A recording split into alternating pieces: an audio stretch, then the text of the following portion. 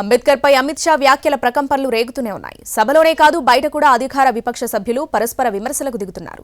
మరోవైపు ఈ ఘటనకు కారణం మీరంటూ బీజేపీ కాంగ్రెస్లు పోలీస్ స్టేషన్ మెట్లెక్కాయి. పార్లమెంట్ ప్రాంగణంలో తోపులాట, ఇద్దరు బీజేపీ ఎంపీలకు గాయాలు కావడానికి కారణమంటూ విపక్ష నేత రాహుల్పై కేసు నమోదైంది. బీజేపీ ఎంపీలు హేమంత్ జోషి, అనురాగ్ ఠాకూర్, బాన్సురి స్వరాజ్ పార్లమెంట్ స్ట్రీట్ పోలీసులకు ఫిర్యాదు చేశారు. బీజేపీ ఎంపీల ఫిర్యాదు మేరకు ఆయనపై ఎఫ్ఐఆర్ నమోదు చేసినట్లు పోలీసులు వెల్లడించారు. పార్లమెంట్ ప్రాంగణంలో తీవ్ర గందరగోళం ఏర్పడింది.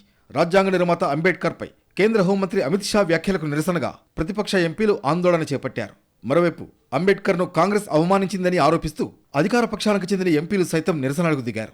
ఇరు వర్గాల పోటాపోటీ నిరసనలతో పార్లమెంట్ ప్రాంగణంలో తీవ్ర ఉద్రిక్త వాతావరణం నెలకొంది.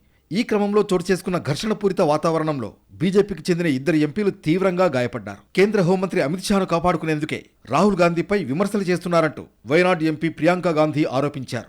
డాక్టర్ బిఆర్ అంబేద్కర్ ఫోటోను పట్టుకుని జై భీమని నినాదాలు చేస్తూ శాంతియుతంగా విపక్ష సభ్యులు పార్లమెంట్లోకి ప్రవేశిస్తుండగా బీజేపీ ఎంపీలు ఆపడమే కాకుండా ఆందోళనకు దిగారన్నారు ప్రియాంక.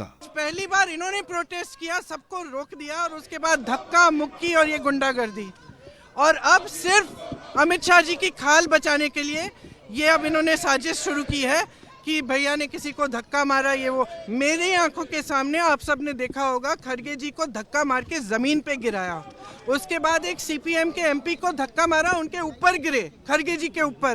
मैंने सोचा टांग टूट गई होगी, कुछ हुआ होगा, क्योंकि उनके चेहरे से दिख रहा था कि उनको चोट लगी।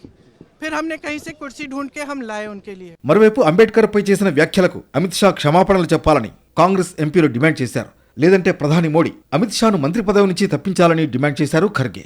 మరోవైపు అంబేద్కర్కు జరిగిన అవమానానికి సంబంధించి దేశవ్యాప్త ఉద్యమానికి శ్రీకారం చుట్టనున్నట్లు తెలిపారు.